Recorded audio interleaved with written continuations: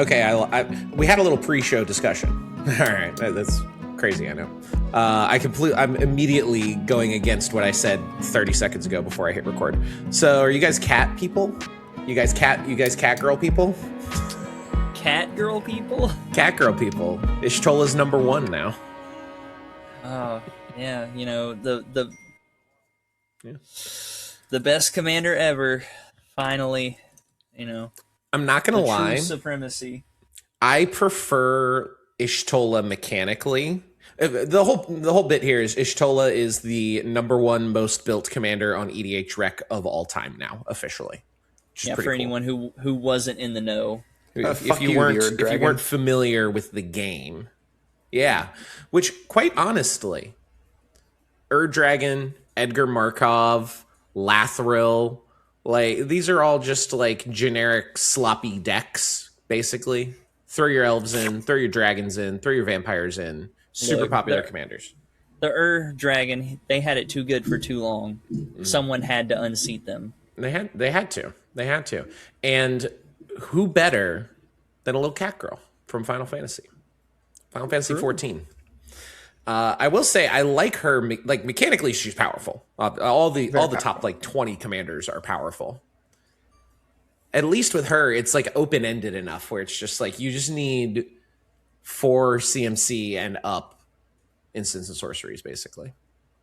Yeah, so, yeah. I bought that precon a little bit wider open. Yeah, I bought that precon and it's a good deck. Unfortunately, now it's #1. I'm a hipster. I'm enough of a hipster that I can't play it anymore.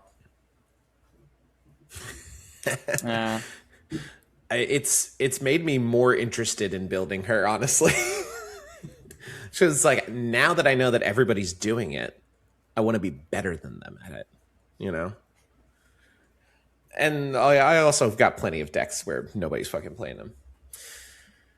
You know what a lot of people are playing? It's not Jeskai, so... It's not Jeskai. It's Esper. It's not Jeskai. It's like 2/3 Jeskai. Yeah. Sub red for black. It's basically all my decks is taking one of the Jeskai colors and subbing it for something else occasionally when I want to spice things up a little bit.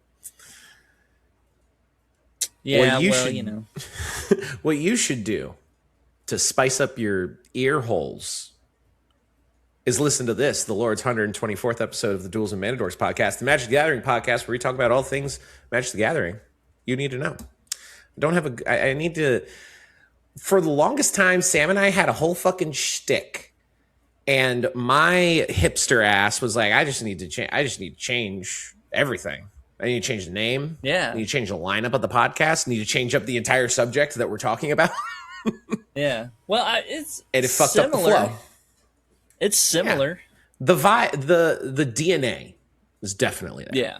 You know, maybe we'll workshop it. You know, maybe we can turn it into like, and you can pass priority now to the Duels and Mana Dorks podcast. In response. Yeah. I want to talk about the Mana Dorks podcast. In response, that would have been probably would have just been better to call it in response. Matches together, but that's neither here nor there.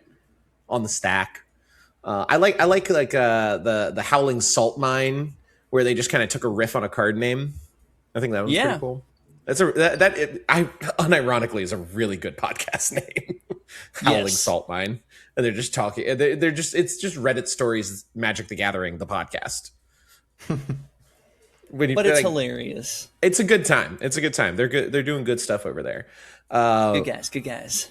Some other good guys are over at patreon.com/Mana Dorks, where if you support at the $5 a month tier, you get early ad-free access to all the podcasts. You can join for free to submit questions, comments, concerns, thoughts, and/or ideas to the program. And then $15 a month will get your name read at some point during the show, sometimes at the end, sometimes when I'm saying it because I don't want to forget it. I'm going to trust myself today. I'm not going to say it right now. I'm not going to do it.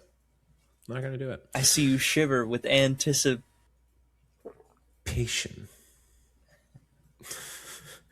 Why it's going to say patient? I'm going to forget. I'm just going to call out Brandon Vole right now because Brandon Vole's awesome at the $15 a month tier. I immediately love you, Brandon Vole. We love him. Brandon's the goat. All right. We're going to start off today not with the BNR announcement from August 10th. No. We're not going to start there. We're going to start with a story that was recapped on the last episode of the podcast. This was recapped after Sam and Wyatt both had to go be adults and do their real jobs. Fucking losers. And that is Wizards of the Coast president John Hight announcing he will be stepping down as president of Wizards of the Coast effective September 1st. This was discovered with a U.S. Securities and Exchange Commission filing on July 27th. John Hight started 2 years ago in August of 2024. He was previously the general manager for the Warcraft franchise at Blizzard. He worked there for nearly 13 years, oversaw Dungeons & Dragons and Magic the Gathering franchise, as well as a range of video game titles. Hasbro, who has recorded a record $56 million impairment charge against all of its video game portfolios, confirmed it has canceled several of its games for 2028. And basically they were just like, yeah, he did a great job. And we're moving on in a different direction now. Notably, John Hight is going to stay on at Wizards of the Coast as a consultant with a 1-year contract. So he's going to stay through to through the end of August 2027. And the reason I want to bring it back up again, this is a story that's almost a month old at this point. But we are fast approaching September 1st, and this is the only news we have on this subject. They've made no indication where they're going. They've made no indication with really any detail why he's stepping down. I think using the term stepping down is in particular like indicative of what's actually happening. But let's just go. I just wanted to go around the horn real quick, see what you guys' thoughts were, because I just kind of presented the information. And now that we're getting close and there hasn't been any developments, I'm kind of giving it the old, like,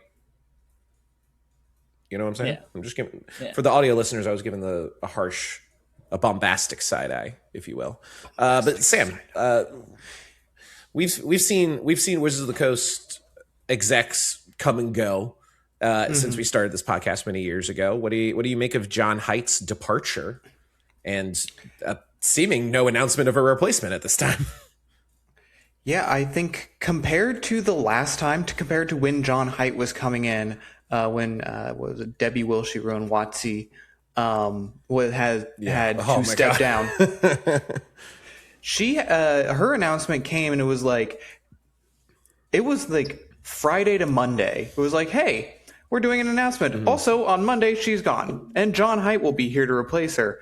But with this giving a month's notice, it is a little strange that like coming up fast on September. Today is the 20th of August as of recording, and we haven't heard more.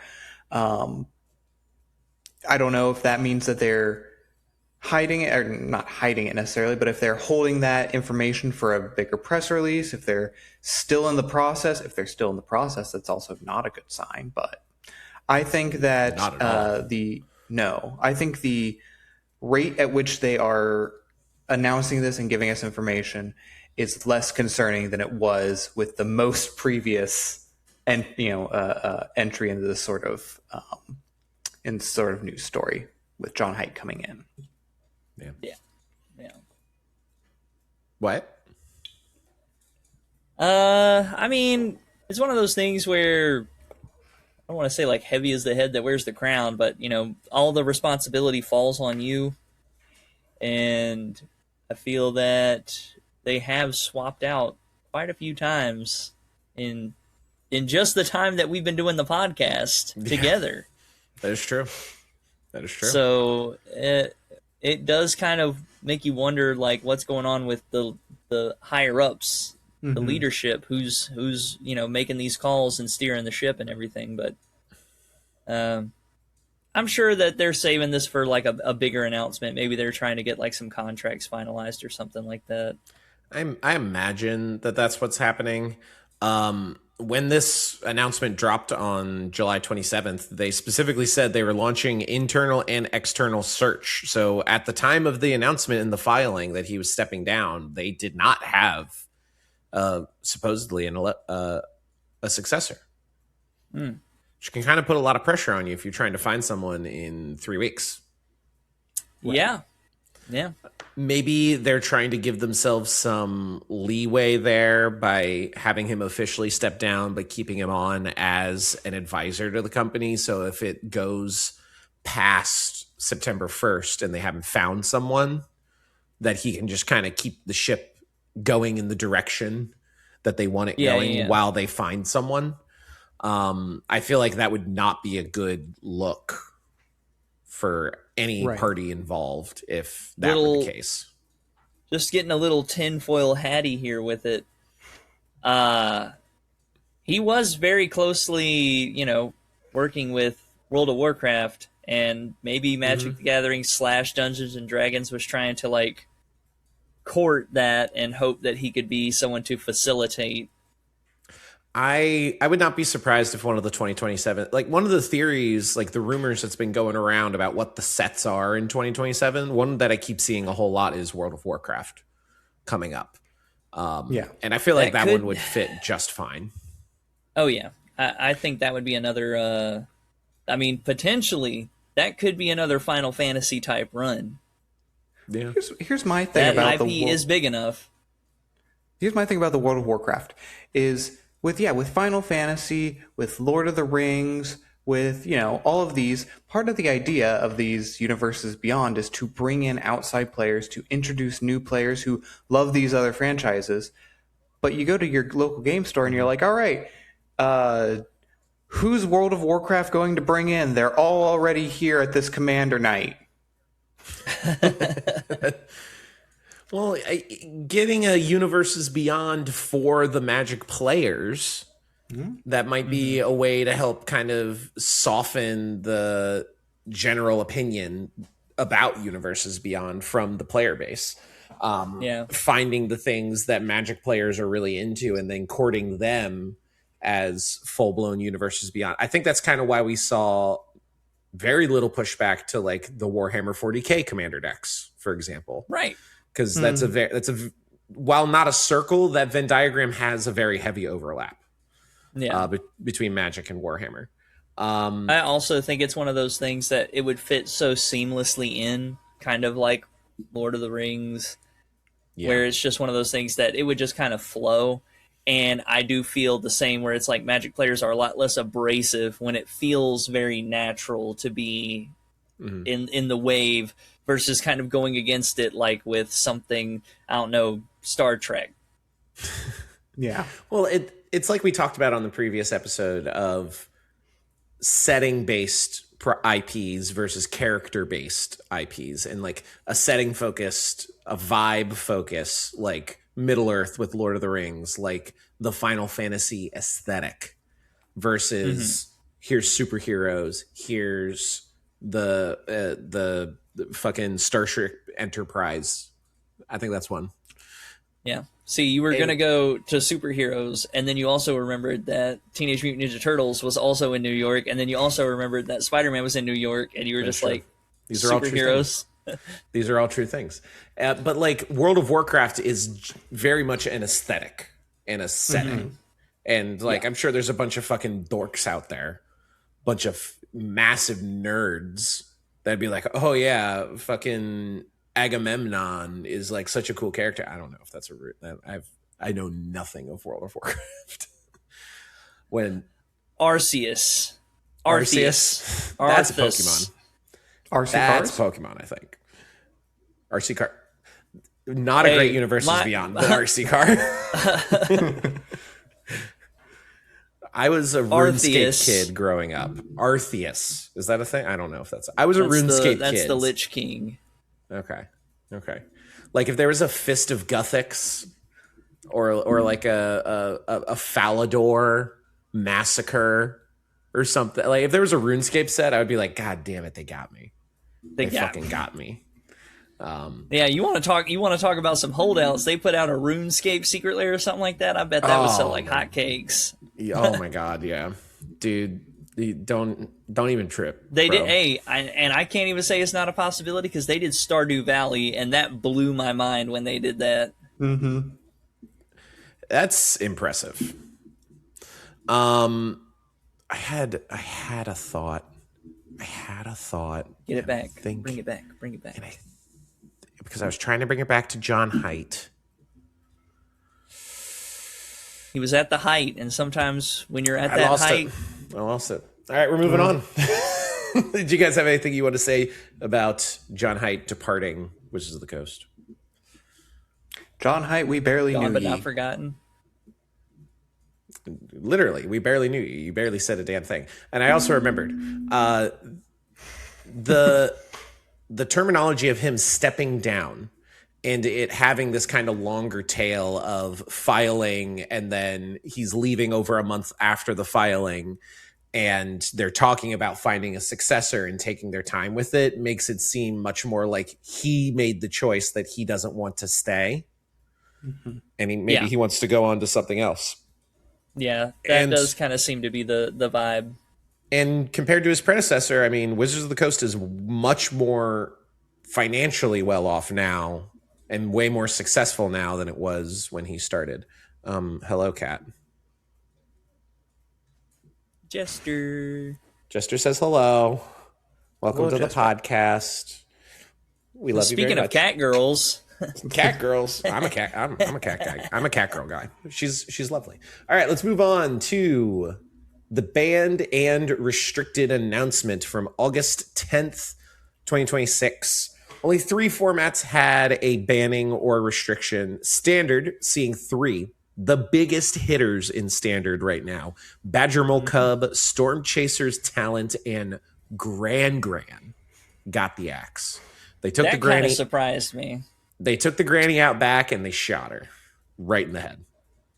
And expectedly in Legacy and Vintage, the Fantasticar, catching a ban in Legacy and is restricted to a single copy in Vintage. We'll start with the Fantasticar because I think that's the easiest one. This was just an unintended side effect of a commander deck where, because of the 0 mana super fast acceleration that you get in Legacy and Vintage, it turns Fantasticar into turn 1 16 damage to your opponent and then untap with on turn 2. It just creates an all-encompassing play style. It's colorless. It's super easy to throw into any deck. Yep. It makes sense. And then Vintage, it has a place in Vintage where you can run a single copy of it. These are not formats we play. I don't know if you guys have anything you really want to talk about with the Fantasticar. No. Okay. Standard's much more interesting. The big 3, the decks that have been the most powerful in recent Standard have been the Selesnya Aggro deck that's running like your Badgermole Cub, Bright Glass Gearhulk. It's getting ramped out with like Elvish Mystic or Llanowar Elves, and is able to ramp very quickly into big bombs and is just super tempo-y aggressive. Stormchasers Talent, which was kind of the though you always have 4 copies of in the new Izzet Prowess in the post VV ban world. 1 mana non-creature spell that creates a 1/1 otter with prowess. In the mid game, you can be using like your boomerang basics. You can be using other bounce effects like there was like an Esper mid-rangey deck that had the white fairy from Thunder Junction that would let you bounce it back to your hand. It gave you a really good tempo plays to make those powerful 1/1 otters with prowess. And then late game, you could be getting back your powerful instants and sorceries like your Jeskai Revelation for big bombs later. It was just a super good value piece. It was good on turn 1. It was good in the mid game. It was good in the late game. And it kind of A little helped. too good. It was a bit too efficient. Gran Gran, another super efficient turn 1 play that it enabled the Izzet Lessons deck, finding ways to get her tapped down to draw discard. You get to fill your graveyard with lessons either by casting them or discarding them through her effect, and then getting discounts on your non-creature spells. Being able to get like a Jeskai Revelation, a really big spell out for cheap. Those were the top 3 decks in recent Standard metagame, and now they've all had their big piece shot out from underneath them. Notably, Stormchasers Talent and Gran Gran. Gran Gran's an uncommon. Stormchaser Talent is a rare. These are both cards that are under $5. Badgermole Cub, an over $50 card getting the ban. The price on this thing has cratered. Wyatt, what do you make of the standard bannings? Hey, that Badgermole Cub, I know that one had to go. I was surprised to see Gran Gran, but then again, I'm not as tapped into standard as maybe other folks. But the Badgermole Cub I knew was just wreaking havoc. And the Stormchasers Talent, I mean, we've kind of see this. Izzet has been so strong in standard, it seems like for a while now. When red got gutted, they were like, let's just add blue and it'll be Izzet. And it literally lost nothing. It was just as powerful. So them slowly picking off these little pieces of Izzet, I think they're just trying to bring Izzet back down. Not to being trash or anything like that, but just trying to keep it more in line with everything else. Well, the package of specific Stormchasers Talent enabling things like Boomerang Basics in particular, where you're able to get this super cheap bounce back to your hand, draw a card for 1 mana that you can then redeploy for 1 mana to get another powerful body on top of just like the super efficient card draw of like your flow states, your stock ups, your burst damaging spells like burst lightning and stuff. It was just super efficient. It was Corey Steelcutter with like a couple extra steps. Corey Steelcutter was just cracked at a base level. Stormchasers Talent required assistance, but is like the linchpin in cracking open that strategy. Sam, have you been tuned into the standard? Would you have killed Gran Gran in this horrifying way they've chosen to? Look, here's what I'll say. We all knew that Badgermole Cub was getting the axe eventually. You know, we were thinking the previous ban restricted, but because we see, you know, the youths of beasts being way too powerful. So it's nice to see that the elderly finally have their time in the sun with Gran Gran. Right.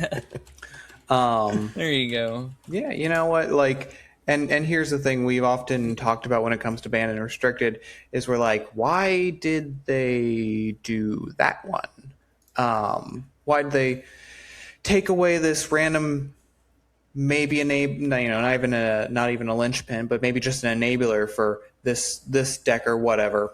But yeah, with the past couple, they've actually got some linchpins here. They've actually tried, you know, they're trying to push and make sure that the meta isn't, what do you call that, homogenous out there. Yeah. And then especially with the release of The Hobbit, the Boros Dwarves is apparently doing very well and has run a couple of standard tournaments over the past couple weekends. So that's that's encouraging to see the meta changing as new sets actually do come out. Yep, especially after Marvel Superhero, where like basically nothing changed. Like they just there was no effect on standard. Nothing changed yet. Let's not forget that 2 of those banned cards came from the same set. So once more options open up, more people start tinkering around and things start blooming, we could start seeing more bans from these universes beyond specifically. Well, the banning the rate of bannings per like time period per set is kind of about the same. The problem is now that we're having way more sets and the time frame that they're in standard is lasting an extra year now. Yeah. So you're getting more and more card interactions that are harder to plan and design for without letting some slip by the goalie. Letting some slip looking by the forward Gran to standard, some slip by the Gran Gran. That's why she was too efficient of a goalie. they purposefully to make a hockey they slap shot the puck and they aimed for her this time to kind of take out the good goalie, Yeah. and now they got someone else in. Exactly. She's probably going to get replaced by like fucking the Bilbo Thief of the Gran. Night or some shit. Singular Gran.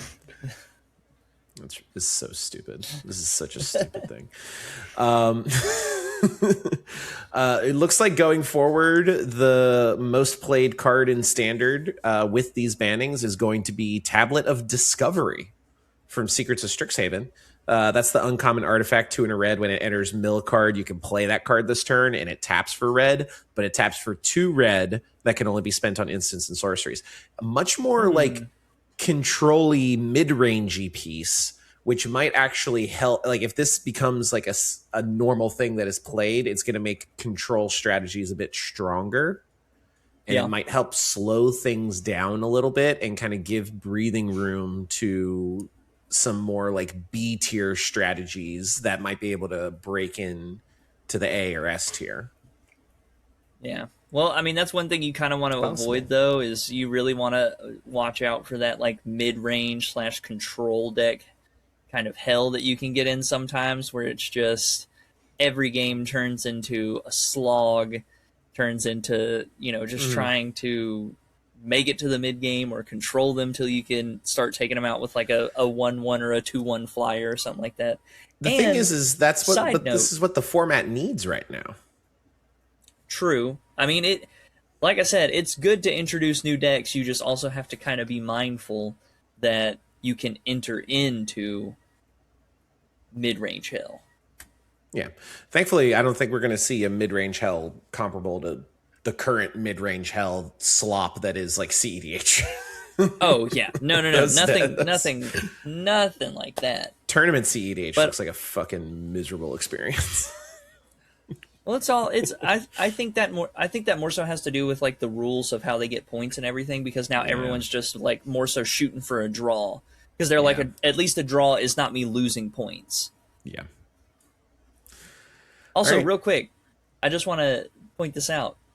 I think someone in our discussion for Strixhaven pointed out the Tablet of Discovery for one of their cards and said that they should probably keep an eye on it. Who was it? Pretty sure it was you. Listen, I know my. You're like, Jeskai I don't always slop. call him, but when I call him, I know my Jeskai slop. All right, that's all I'm saying. That's all I'm saying. I never ever would have guessed that. I never would have guessed that. What is it? Jeskai Revelation would be like a core piece of Izzet Lessons. Oh yeah, no, that right Fucking there. incredible. When you said that, I was like, they're playing that card? 4 of. No, I guess it's technically Jeskai Lessons, but this is the only white card in it except Day of Judgment in the sideboard. But it's running 4 copies of Jeskai Revelation, Tablet of Discovery, and Gran Gran, plus all of like Abandon Attachment, Accumulate Wisdom, Combustion Technique, Firebending Lesson, and then Gran Gran is able to discount the 4 generic on the Jeskai Revelation, plus the 2 red that you get from a tap of Tablet of Discovery, and you're able to fairly easily deploy. And you get a tempo. It's dealing 4 damage. You're creating 2 1/1 monks. You draw 2 cards. It's just like such a powerful stabilizing piece, and you can so efficiently ramp into it effectively. I would not have expected that to be powerful in Standard, but we'll see if losing Gran Gran makes it less viable now. All right, do you guys have anything else you want to say about the Standard? All right. We're going to move on to a controversial video I made. Whoa I know, now. Right? Who could have possibly Connor and guessed? controversy? I know, right? At least he had his pants on in this one. It insists upon itself. It insists upon itself. It insists upon. I'm uncancelable, so try me. Right. Go ahead and write that down. The only people that can be canceled are the people that are the people that give in, and I don't ever give in, ever. I mock people in the comments and they get pissed off. I made a video talking about some recent images that were posted by Alexis Harrow. This is at Sadpour on Twitter. X. Fucking stupid. It should have just stayed Twitter. Where they showed pictures from a leaked Secret Lair Commander deck with unique art from Riccardo Cavolo.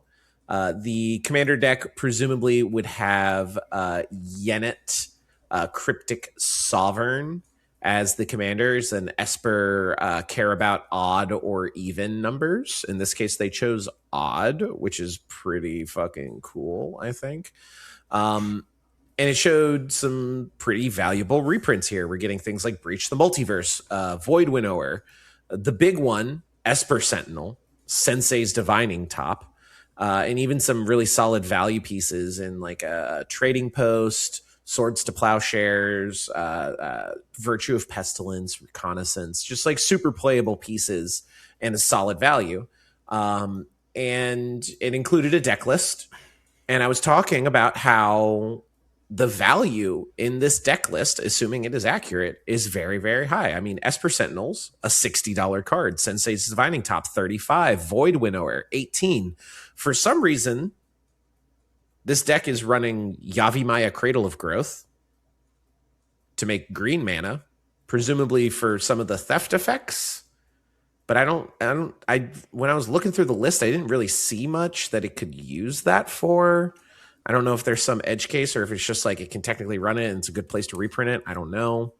Toxroll is $15. Misleading Signpost is $15. Breach the Multiverse is $10. Like, there's a lot of very solid value in this deck list. Super playable pieces. Command Beacon, Aboleth Spawn, Approach of the Second Sun, Lauren of the Third Path. Like, even in this like mid, you only have to give me so much. It's Esper Sentinel alone, and I was already in. Literally.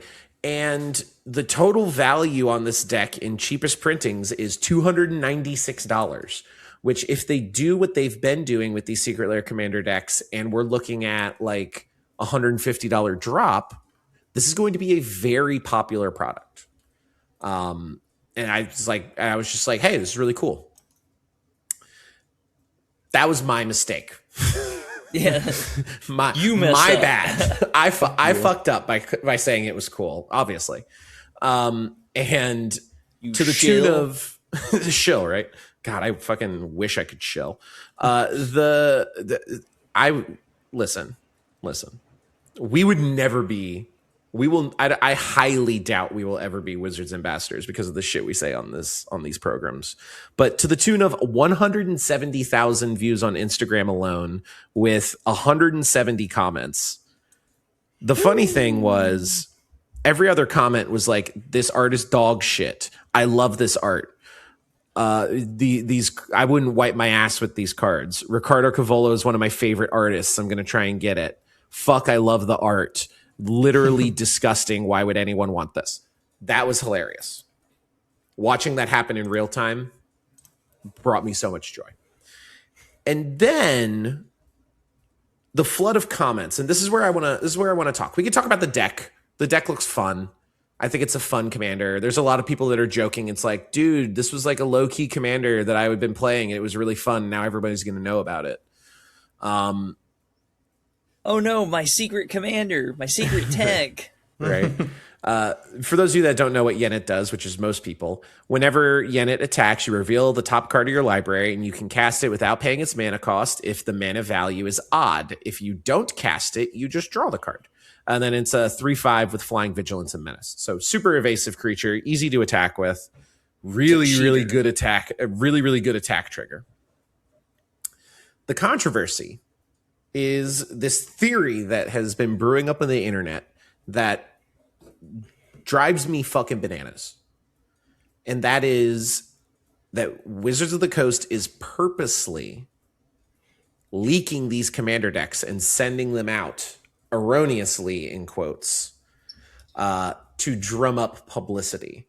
We've seen this with the Hatsune Miku commander deck that recently was released. where people were getting it in place of Goblin Storm. Goblin Storm was people were getting Goblin Storm early from the Angels, the Selesnya. No, there's another deck. I think it might have been Dan even, where people got a Goblin Storm deck. People instead. were getting the next one with the previous one. Yeah, and people are like, Wizards of the Coast is purposely leaking them so that they can make FOMO happen.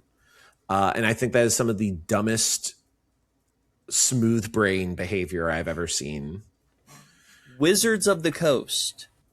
The same Wizards of the Coast that sent the Pinkertons to someone's house before. That Wizards of the Coast, they're doing this on purpose to cause FOMO. I will never get over the fact that they fucking dropped the Pinkertons nuke for fucking March of the Machines Aftermath. Like it for the set that changed it all. Like, in a sense, a lot of things were changed because of Aftermath. It fucked up everything for years. My last big YouTube video was talking about how Aftermath fucked everything up. It keeps coming up. Because the Pinkertons keep coming up. It keeps coming up. I can't emphasize enough. Wizards of the Coast is not leaking these products on purpose. No. It's not. They're not. We're looking at Occam's razor here, guys. The simplest explanation, probably the right one. Also, use your brains a little bit, quite frankly. Yeah. The cover up and the amount of detail orientation that would need to happen for them to specifically send out one deck. Yeah. And then people the person that receives it, opening it, taking pictures of it, posting it online. I wouldn't be surprised if there are people that are like, oh, this is weird. And then they just send it back and then try and get the one they want. Yeah. Yeah. And you're telling me that I get this funky art when I wanted Hatsune Miku? This is not Hatsune Miku. It's not. And you got to just look at the numbers here, okay? How many decks are they making to sell? 1,000, 10,000, 5,000, whatever the number is, 100,000, whatever that number is. One deck has been sent out. That is a fail rate of like 0.01%. Yeah.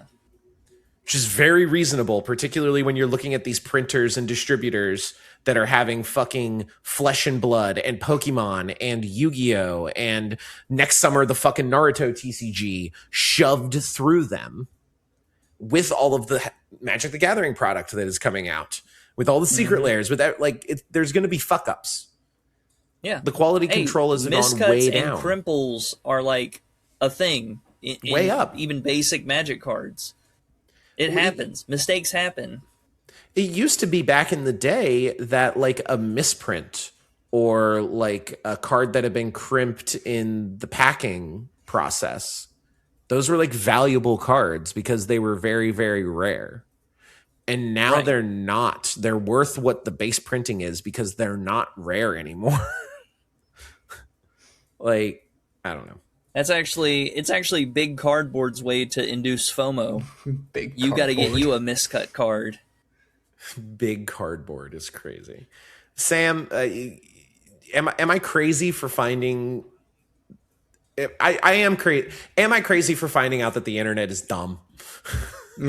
Are you crazy? Yes. Is the internet dumb? Anyway, look, here's the thing. Like, I would believe more readily if it was just one time, right? If it was just that one time that they sent out the wrong pack. And again, it's not like Gavin Verhey and Mark Rosewater are sitting and they're like, all right, instead of Goblin Storm, Connor's going to get Hatsune Miku. And the next one, you're going to love this. When Hatsune Miku comes out, Wyatt's not going to get it. He's going to get this other fucking deck. No, it's some minimum wage poor sap employee over at the printers being like, take one down, pass it around. Take one down, pass it around. There you go. Yeah. And on top of that, again, it's not like we have seen other fuck ups. The one that specifically comes to mind that is entirely on the printer was when, what was it? Was it Teenage Mutant Ninja Turtles? They put the wrong logo in the foil stamping at the bottom of the Yes. at the bottom of the card, and it was for some other. It was from an entirely different franchise. I don't even remember which one it was at this point.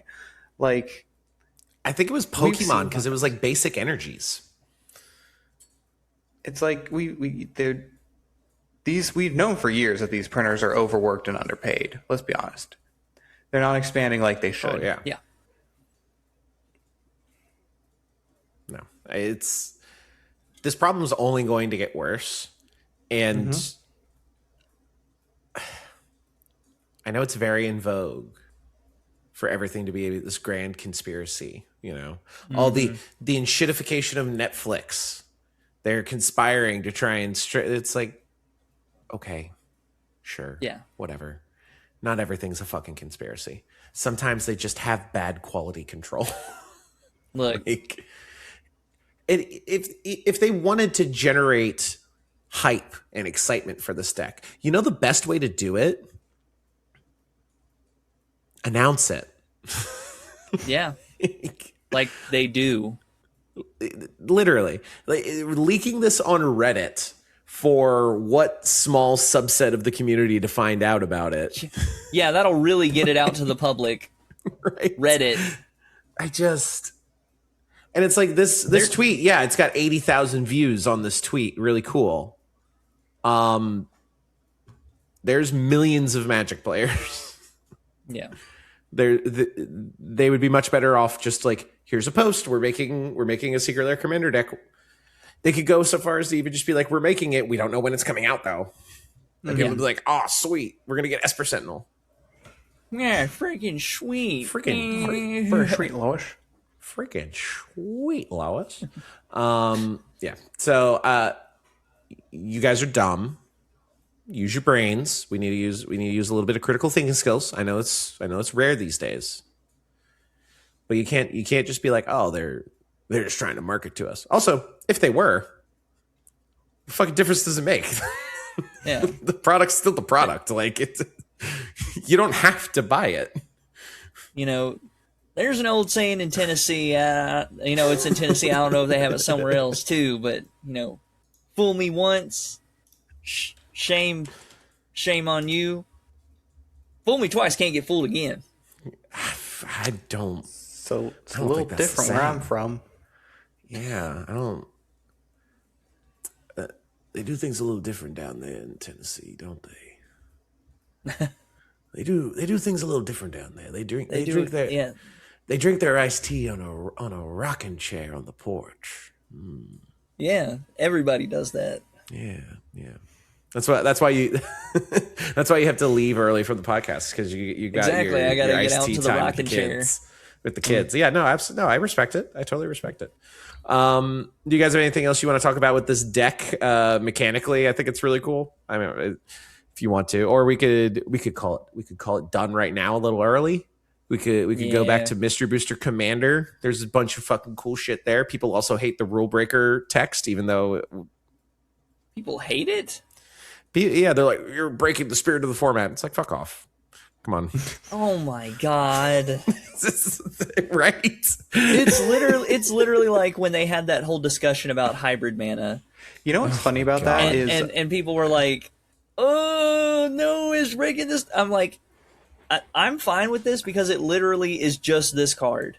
Literally. It's just that card. It is the one that says Rulebreaker, and it's literally like, here's a very specific instance where you can break the rule with just this one card. Particular exception. Exactly. And people love that. Sam, you were trying to hop in there. No, I was just going to say what's really funny is you mentioned the hybrid mana conversation.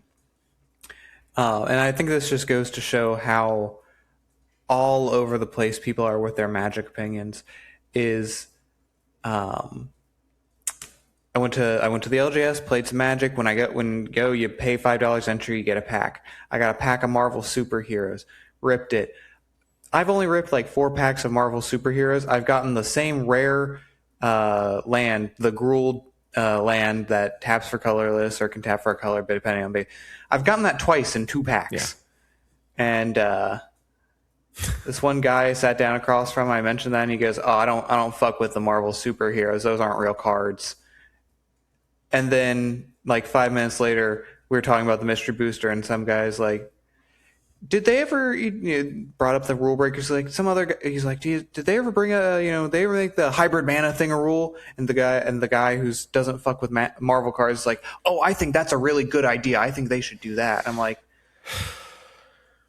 I mean, I don't think it really matters, but like, I get that it's breaking the spirit of the format or whatever, but also you don't fuck with these cards because they aren't your Magic. I don't know.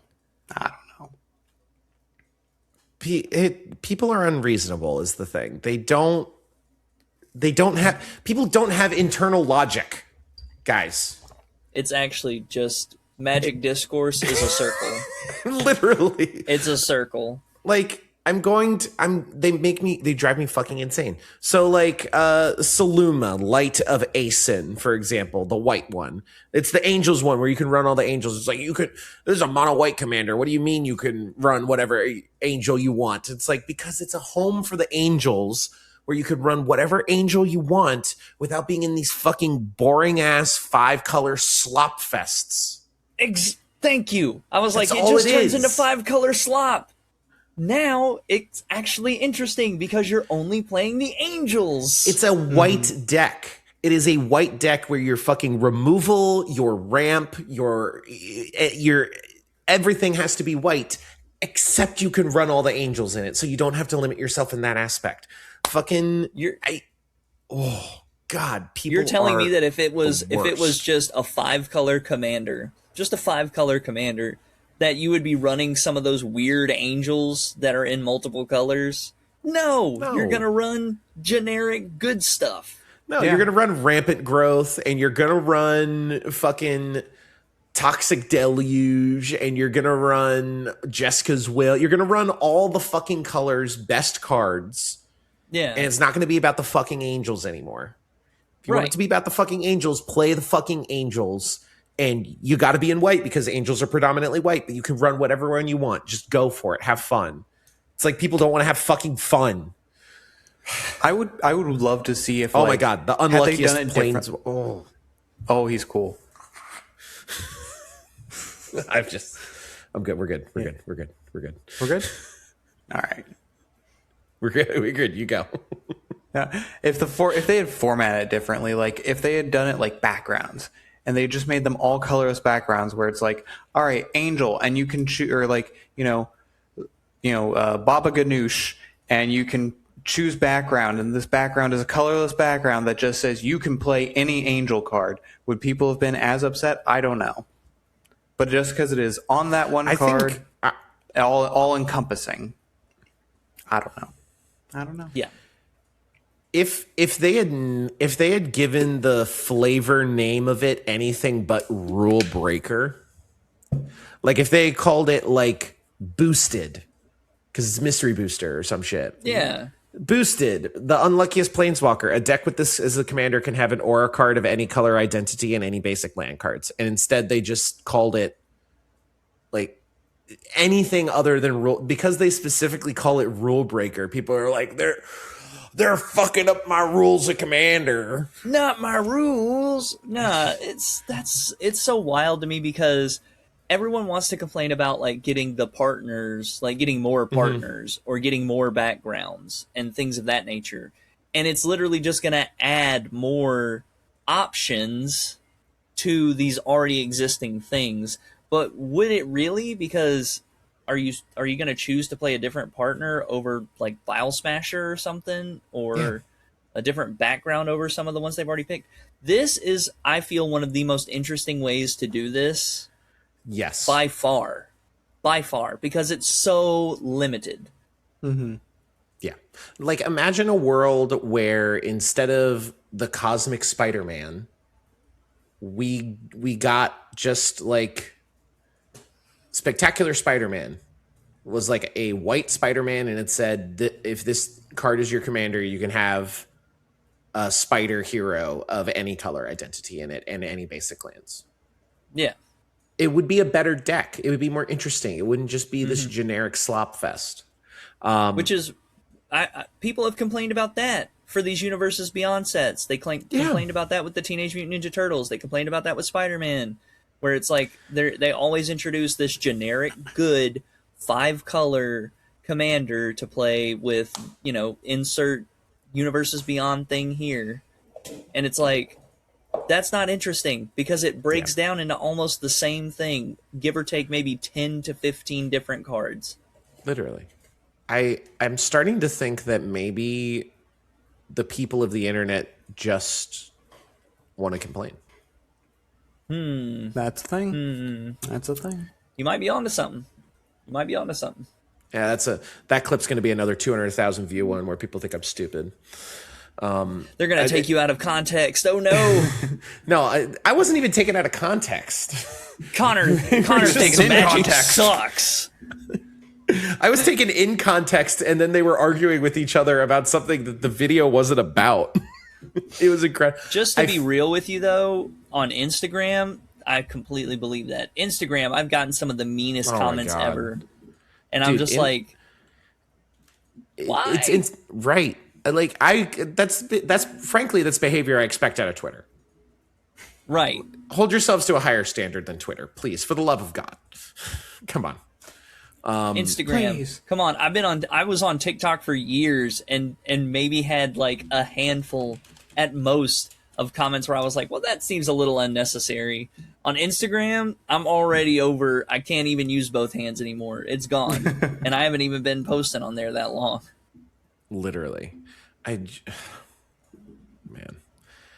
Like, what's the name of the guy on Hannibal Buress on the Eric Andre show? I felt like him, where I'm like, why are you booing me? I'm right. I thought you were about to do the whack one. Whack. That's also, there's a lot of good memes that came out of that program. All right. Why would Connor do this? Why? And there's genuine concern with Mystery Booster's commander that I respect, of like, there's these 60 unique mechanically special cards that you're going to get in these packs that are going to be harder to get than a normal set. I understand that. Okay. The pool of cards is 60. They are all the same rarity. They have equal distribution, and a pack is guaranteed one of these new design cards every single time. They're not going to be like, I doubt they're going to be like 50-cent cards, but they're not going to be like $80 impossible to acquire cards. But I would also like to point out, printer go burr. Printer go burr. You want these cards and you don't want to pay for them? Guess what? Proxy Pay for them. inkjet. Pay for the inkjet. Go to the library. I can't tell you, like, when people introduced for Mystery Booster, when Gavin introduces like personalized cards for content creators and stuff like that, like, if I couldn't get my hands on that or something, I would just print it. Yeah, just print it. If it's not going to be available to me, I'll print it. Absolutely. All right, do you guys have anything else you want to say about Mystery Booster Commander Edition? It's kind of a slow week. We're just kind of if we can get a hold of Mystery Booster Commander for our Chaos Draft at the end of the year. Oh, we will. Worst case scenario, I'm just going to order a couple of packs to add to the collective. Oh, that's going to go crazy. They're like 20 card packs. Like, it's going to be a chonky edition. I was going to say, that's what I love. Because every year the draft just gets crazier and crazier, but our decks end up doing almost the same thing. Almost the same thing. We're just waiting for our bombs. We're like, okay, just hang on. Just mid-ranging, surviving for bombs the whole time. So, well, okay, I know we're about out of time. I know you're out of time here, Wyatt, but I'm just gonna propose it to you right now. We don't have to make a decision. Do we want to do like a commander sealed pool and just do a commander game instead of like a round robin tournament, and do like the Mystery Booster, like the draft format they're doing with Mr. Booster Commander Edition, like they did with Baldur's Gate, with like commander and color identity kind of being a little flimsy. Mm-hmm. Oh yeah, I'm cool. I'm with down that. for it. It's up to you guys. If I They're think breaking the rules. They're breaking the rule. my Those aren't the format. rules of draft. Oh, I don't know anybody you. who That's not how you claims draft. I don't know anybody who claims the commander draft as their format. Everybody's like, "Oh, that's cool." Anyway, I didn't fuck up my headphones. did you fuck up your headphones? That's for the can't bit. hear. That's for the TikTok later. I That's for the can't clips. hear this one now.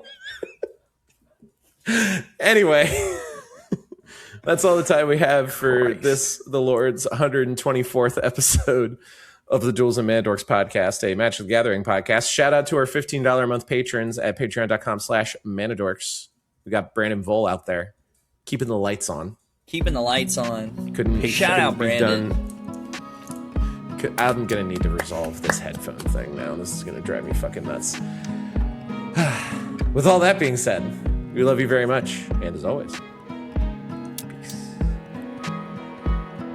Vaya con Dios.